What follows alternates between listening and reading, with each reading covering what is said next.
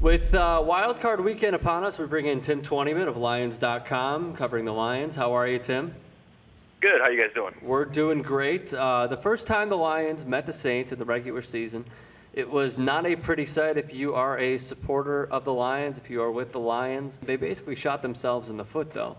How much of this game would you say rides upon them not committing those same kind of stupid penalties, per se? Yeah, well, with the way the Saints are playing football right now, 8 straight wins, and obviously one of the hottest teams in the NFL. I mean, the Lions can't give them points, can't give them extra possessions, extra opportunities, and they can't shoot themselves in the foot, like you said. I mean, they walked away from that game, thinking, hey, I don't think the Saints so much beat us as we beat ourselves. 3 offensive pass interference penalties, 3 personal foul penalties after the whistle. One on Titus Young that took 4 points off the board. So, it's been addressed. There's been a no-tolerance policy since that game with Jim Schwartz, and they've been pretty good about it the last, month or so of the season. And I don't think it'll be much of an issue this time.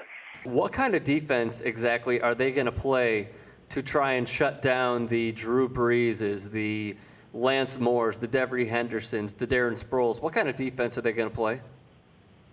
I don't think they're going to change much of what got them here to this point. Last time they played, they didn't have Ndamukong Suh. They didn't have their best corner in Chris Houston, who was out with an injury. They didn't have their best safety in Louis Delmas. And defensive coordinator Gunther Cunningham said after that game that look, I'd love to see these guys again with our 11 starters against their 11 starters. I mean, I think certainly they'll have a game plan for Jimmy Graham, who kind of beat them last time, had 8 catches, 6 of those good for first down. They'll do some different things on him. But I think as a whole, they're just going to play the same defense that got him here. They've been pretty good all year. They've had a couple, blips on the radar. But other than that, they were top, 15 defense in the league. And with their offense, I don't see them changing a whole lot. They're just happy to be healthy, and it's kind of ours against yours mentality.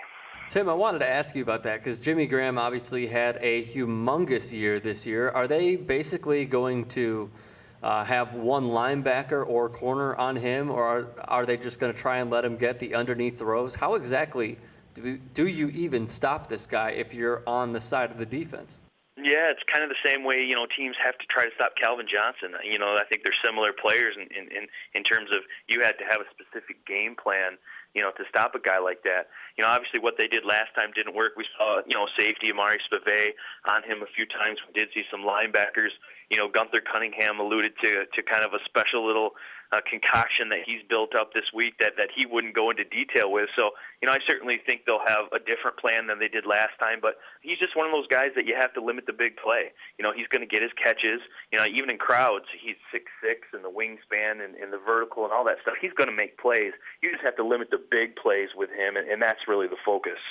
It is obviously good to see that Matthew Stafford has been healthy. Do you expect another 400-yard game from him against the Saints? Yeah, I don't see why not. I mean, this is a team that throws to set up the run. They've pretty much, given the ball to Matthew and said, hey, win it for us, and that's their offense. And with all the weapons that they have, Calvin and some of the other guys we've talked about, I think it's going to be a shootout. I certainly think he's going to have a 300-yard game. I don't know about 400 yards, but he might need it to beat the Saints. But he's gonna get his yards. He's gonna have his opportunities to make plays, and he's done it all year. So I don't see why that stops now. Why do you think a lot of people, and it seems to be the consensus in America right now, that a lot of people are overlooking the Lions? Why do you think people have that mentality?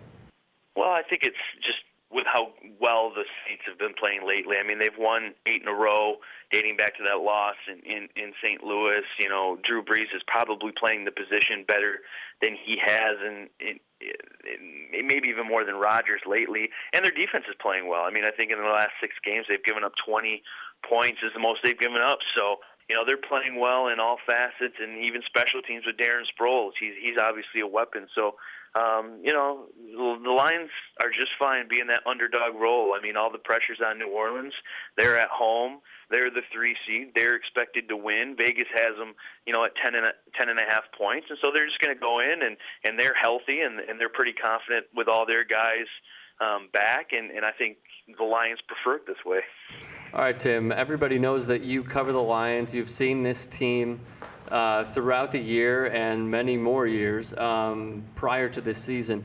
All bias aside, though, what do you think is going to happen in New Orleans? Do you think the Lions pull it out and pull out the upset, or do you see the Saints just advancing to the next round? Yeah, I don't agree with Vegas at 10.5 points. I think it's going to be much closer than that. But with the way the Saints are playing right now, I think the Lions make this a close game. But in the end, I think Drew Brees and his ability to score points is the difference. I see New Orleans in a close one, 31-28.